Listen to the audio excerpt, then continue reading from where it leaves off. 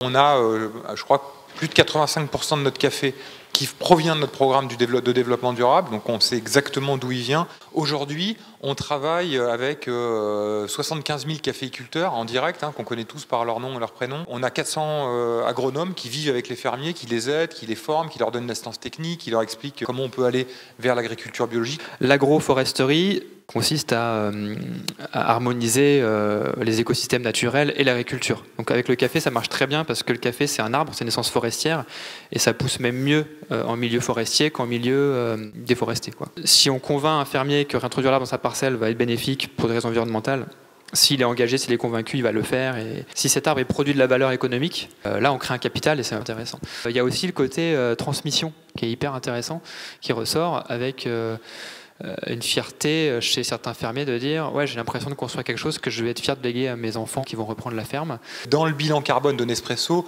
la grande partie qui consomme du CO2, c'est l'amont agricole. Aujourd'hui, les émissions de gaz à effet de serre qui sont liées à l'activité humaine, globalement, on va en retrouver à peu près un cinquième qui sont liés à l'agriculture. Donc il y a vraiment un véritable enjeu à se re-questionner sur quelles sont les pratiques et la démarche d'agroforesterie en l'occurrence ou autre, c'est revenir à des pratiques qui sont beaucoup plus durables, aussi bien pour les sols que pour les animaux que pour l'humain. On a calculé le bilan carbone de Nespresso en France, tout compris, et on a dit mais en fait ça fait 100 000 tonnes de CO2.